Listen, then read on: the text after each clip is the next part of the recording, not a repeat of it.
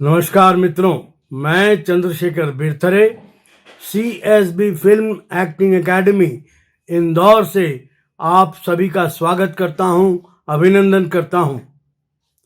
Film acting course का ये हमारा 35वां एपिसोड है, जिसका भाग नंबर है 1।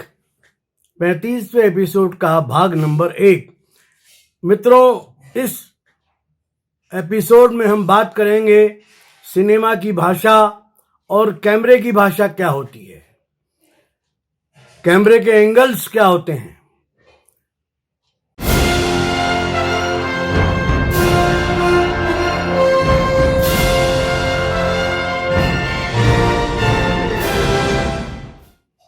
मित्रों, ये हमारा, जैसा कि मैंने आपको बताया, 35वां एपिसोड है, जिसमें आज हम बात करेंगे सिनेमा की भाषा और कैमरे की भाषा, यानी शॉट क्या होता है, शॉट कितने प्रकार के होते हैं। वैसे देखा जाए तो शॉट डिवीजन, किस तरह का शॉट लगाया जाए, इसके बारे में निर्णय लेने का अधिकार या तो निर्देशक को होता है या DOP को होता है, मतलब डायरेक्टर ऑफ प्रोडक्शन।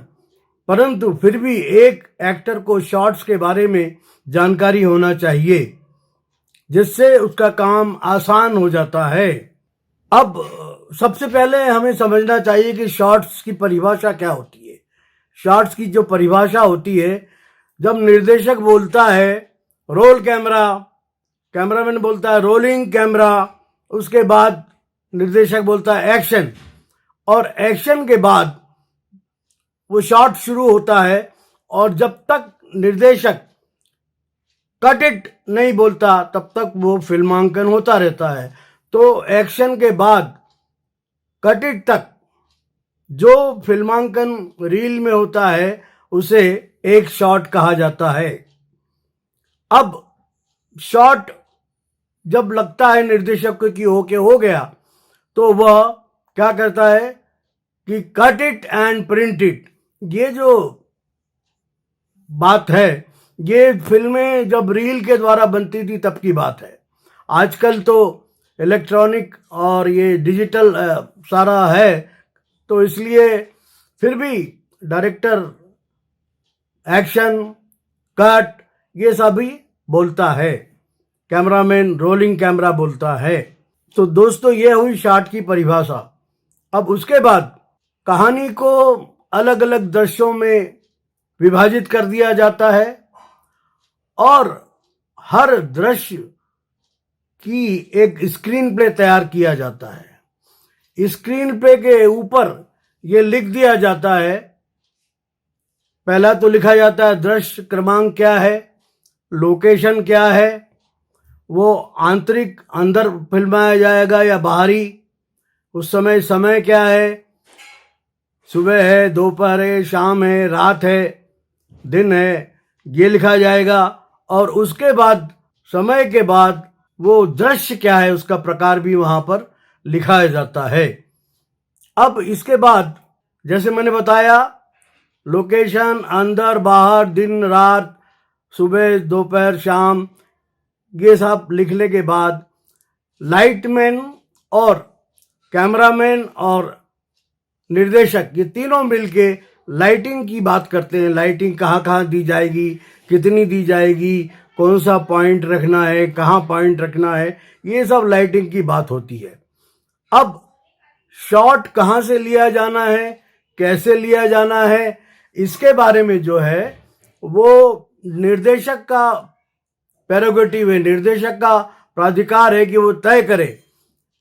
इसके बाद कैमरे की मूवमेंट क्या रहेगी। अब शॉट के बारे में अगर बात करेंगे हम आगे, तो पता लगेगा पात्र और पात्रों की मूवमेंट क्या रहेगी, है, ये सब निर्देशक निर्धारित करता है। कैमरे के स्थान परिवर्तन से शॉट तो बदल जाता है। कैमरा अगर हमने यहाँ लगा दिया, उसके बाद पीछे लगा दिया, तो शॉट तो बदलेगा, लेकिन दृश्य एक ही रहता है। तो एक दृश्य में कई शॉट्स हो सकते हैं। अब ये शॉट्स के पीछे का मनोविज्ञान, दूरियां और नजदीकियां, ये क्या होता है, इसके बारे में भी अभी हम चर्चा करेंगे। अगर कैमरा इतनी दूर पर रखा गया हो कि सभी प्रमुख पात्र और सारा घटना स्थल अंकित हो रहा हो, तो हमें लॉन्ग शॉट मिलता है। पटकथा की भाषा में पटकथा की भाषा में इसे एलएस लिखा जाता है। लॉन्ग शॉट दर्शक को घटनास्थल से परिचित करवाने का कार्य करता है। कहाँ हो रहा है, क्या हो रहा है, क्यों हो रहा है। उदाहरण के लिए आपका दृश्य है कि प्लेटफॉर्म पर गाड़ी आती है, नायक नायिका की अगवानी करने के लिए तैयार है। लॉन्ग शॉट में दर्शकों को पता चल सकेगा कि नायक प्लेटफॉर्म पर है, गाड़ी आ रही है। इसी तरह लॉन्ग शॉट दर्शक को यह बताने का काम भी करता है कि घटनास्थल में कौन है, कहाँ है और क्या कर रहा है। साथ ही जैसे उदाहरण के लिए अदालत का दृश्य है, अदालत का दृश्य में मुकदमे की सुनवाई हो रही है, तो लॉन्ग शॉट या मास्टर शॉट या कवर शॉट से आपको पता चल सकेगा कि जज कहाँ बैठा हुआ है, नायक का कटघरा कहाँ पर है, वकील नायिका दरवाजे के पास खड़ी हुई है, महत्वपूर्ण सुराग लाने वाले का इंतजार कर रही है, सरकारी वकील और खलनायक कहाँ खड़े हुए हैं, नायक का गुस्सेल भाई कहाँ बैठा हुआ है।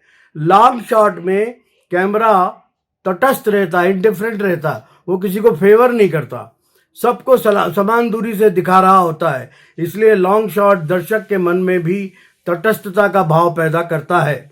कभी कभी कैमरे को बहुत दूरी पर रखकर फिल्मांकन किया जाता है। जैसे हम बताते हैं पहाड़ बर्फों से ढके हुए हैं, आसपास हरी भरी वादियां फैली हुई हैं। इस प्रकार के शॉट को एक्सट्रीम लॉन्ग शॉट कहा जाता है। ELS पटकथा में लिखा जाता है। अब एक्सट्रीम लॉन्ग शॉट दर्शक के मन में काव्यात्मक किस्म का प्रभाव छोड़ता है। इसलिए एक जमाने में फिल्म शुरू करते समय या समाप्त करते समय एक्सट्रीम लॉन्ग शॉट का इस्तेमाल किया जाता था। अगर आप अंग्रेजी फिल्में देखेंगे तो बड़ी पहाड़ियों के दृश्य बताकर एक बिल्कुल छोटा सा, बिल्कुल स्क्रीन के बीच में एक छोटा सा घोड़ा दौड़ रहा है, उसके ऊपर नायक बैठा हुआ है और वो दौड़ते दौड़ते दौड़ते दौड़ते 3 सेकंड 10 सेकंड के बाद वो फिर उसके क्लोजअप में जाते हैं। तो ये जो है मनोवैज्ञानिक, ये मनोविज्ञान जो है, ये मनोविज्ञान इसका है। अब देखिए, अब हम बात करते हैं कि छोटे पर्दे पर एक्सट्रीम लॉन्ग शॉट की गुंजाइश नहीं होती। छोटा पर्दा मतलब टीवी पर आमतौर से कलाकारों के बीच होने वाले संवादों को फिल्माया जाता है और इसमें सबके सब पात्र पूरे ही नजर आ जाएं और यह पता चल जाए कि कब कौन कहाँ है। इस तरह के शॉट को टीवी की भाषा में कवर शॉट या मास्टर शॉट कहते हैं। अब इसके बाद दोस्तों एक और बात आती है।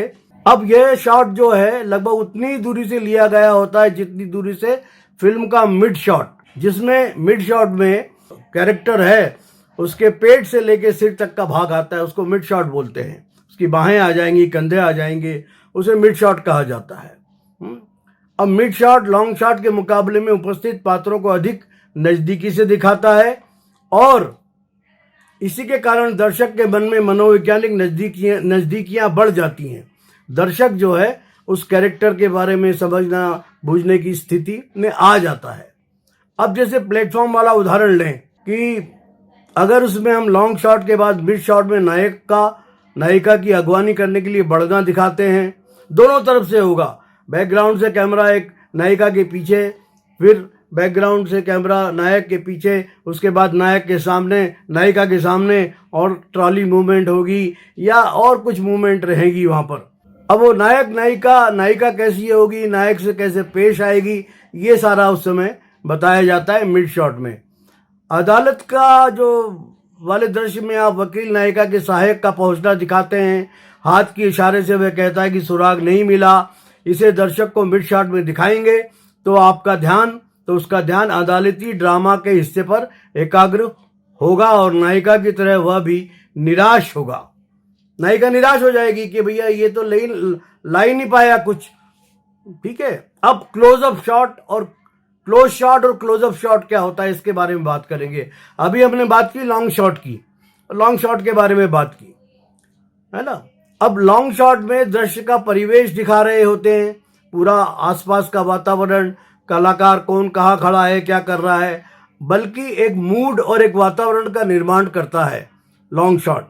अब मिड शॉट कहानी को आगे बढ़ाने के लिए घटनाक्रम के किसी खास हिस्से पर आपका ध्यान एकाग्र करता है। फिर से पढ़ रहा हूं। मिड शॉट कहानी को आगे बढ़ाने के लिए घटनाक्रम के किसी खास हिस्से पर आपका ध्यान केंद्रित करता है। इस एकाग्रता को बढ़ाने के लिए, कोई सूक्ष्म व्यापार दिखाने के लिए, पात्रों की भाव भंगिमा प्रदर्शित करने के लिए कैमरा और भी नजदीक ले जाया जा सकता है। इसे क्लोजअप शॉट कहा जाता है।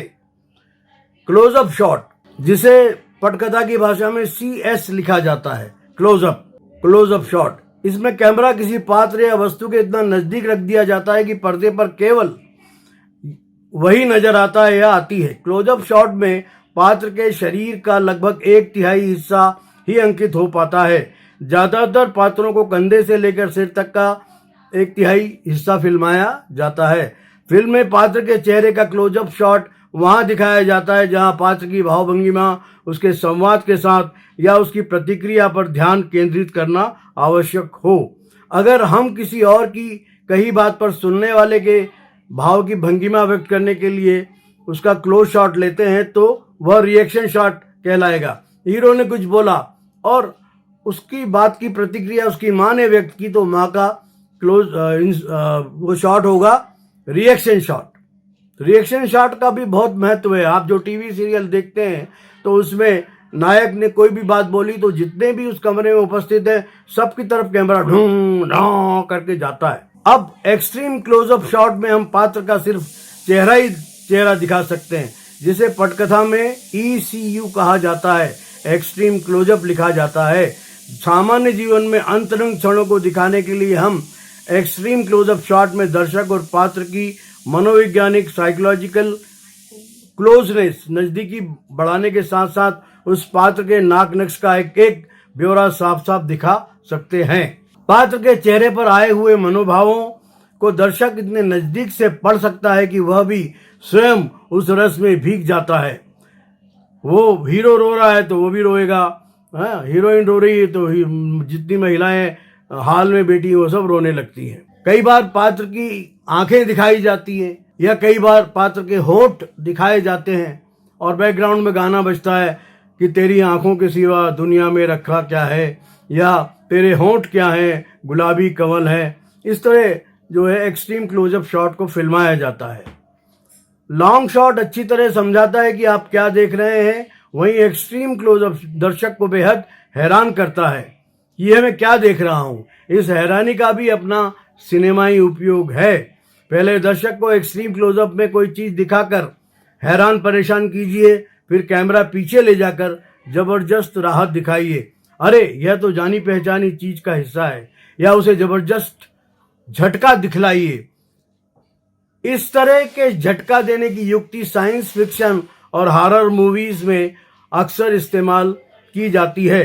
जबरदस्त ड्रामा या कविता पैदा करने के लिए आप सामान्य शॉट से एक्सट्रीम क्लोजअप पर जा सकते हैं। उदाहरण के लिए क्रांति के आह्वान का दृश्य किसी तनी हुई मुट्ठी के एक्सट्रीम क्लोजअप पर समाप्त कर सकते हैं।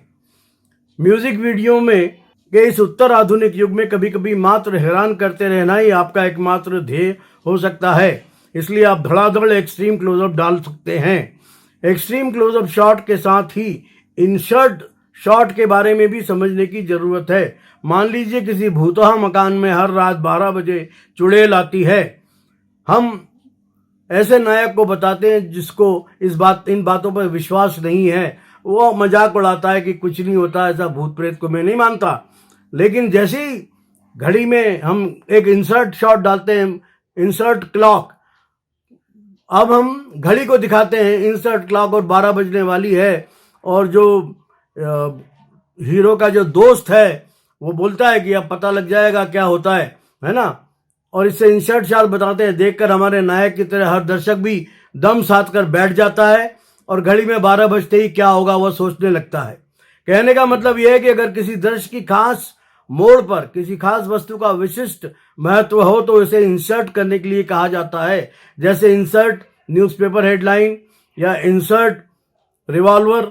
ये तो हुई एक्सट्रीम लॉन्ग शॉट से लेकर एक्सट्रीम क्लोजअप तक के शॉट्स जो कैमरे को दूर या पास रखकर फिल्मांकित किए जाते हैं। इसी तरह के दो शॉट और होते हैं, जिसमें एक है मीडियम लॉन्ग शॉट यानी MLS और दूसरा है मीडियम क्लोज शॉट यानी MCS।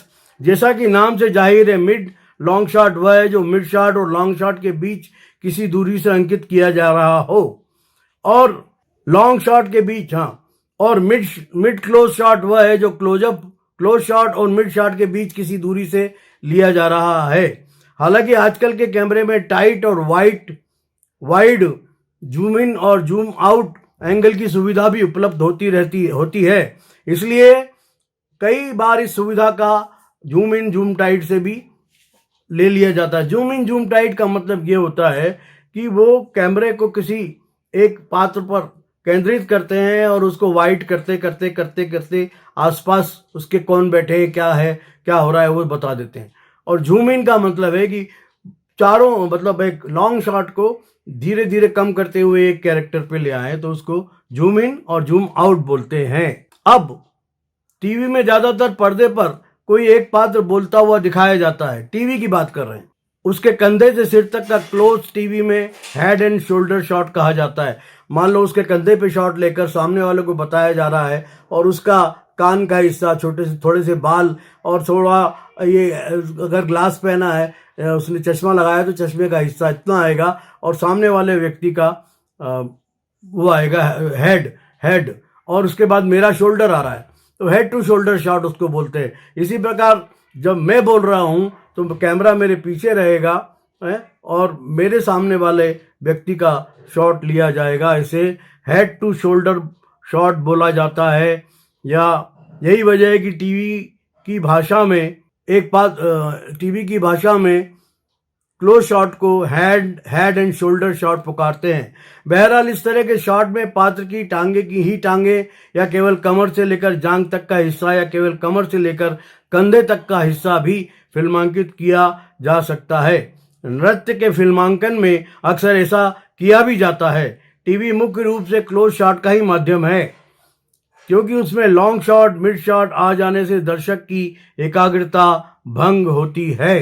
टीवी धारावाहिकों में बोलते हुए पात्रों के सिर के क्लोजअप और म्यूजिक वीडियो में नायक नायिका के थिरकते अंगों के क्लोजअप भरे पड़े होते हैं। यही वजह है कि सिनेमा के शैदाई या सिनेमा को जो चाहने वाले लोग हैं टीवी को हिकारत से देखते हैं, उसे टॉकिंग हेड्स एंड पंपिंग पोस्टीरियर्स यानी बोलते मुंडों और मटकते कूलों का माध्यम बताते हैं।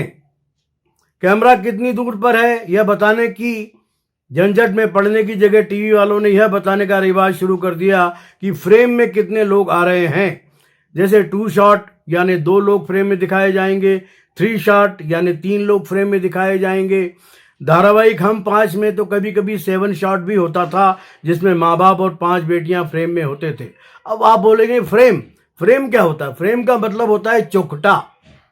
कैमरा जो तस्वीर ले रहा है उसके चौखटे में दृश्य स्थल का कितना हिस्सा आ रहा है उसी को फ्रेम कहते हैं। कभी कभी इसके लिए फ्रेम लाइन शब्द भी इस्तेमाल किया जाता है। कैमरे में आंख लगाकर तो आप देख ही सकते हैं कि फ्रेम में क्या क्या आ रहा है। उसका एक मोटा अंदाजा लगाने का एक और तरीका यह है कि कैमरे की जगह पर खड़े होकर ऐसे दोनों हाथों को ऐसे मिला देंगे हम, है ना, ऐसे मिला दिया तो ये एक फ्रेम बन सकती है।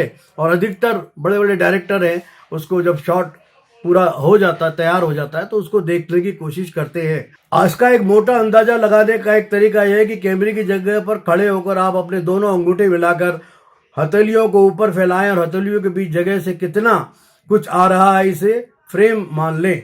डायरेक्टरों की इस अदा का नक्काल कॉमेडियन अक्सर इस्तेमाल करते हैं। देखा हुआ कई फिल्मों में महमूद है या दूसरे लोग हैं जो अपने जो अभिनेता बनना चाहते हैं उनके पैसे ऐंठने के लिए या इस करके अपने आप को डायरेक्टर बताने के लिए ऐसा करते हैं।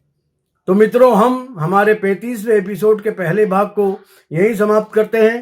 35वें एपिसोड के दूसरे भाग में आपसे फिर मुलाकात होगी और हम फिर कैमरे के शॉट्स की बात करेंगे, कैमरे की भाषा के बारे में हम और अधिक बात करेंगे।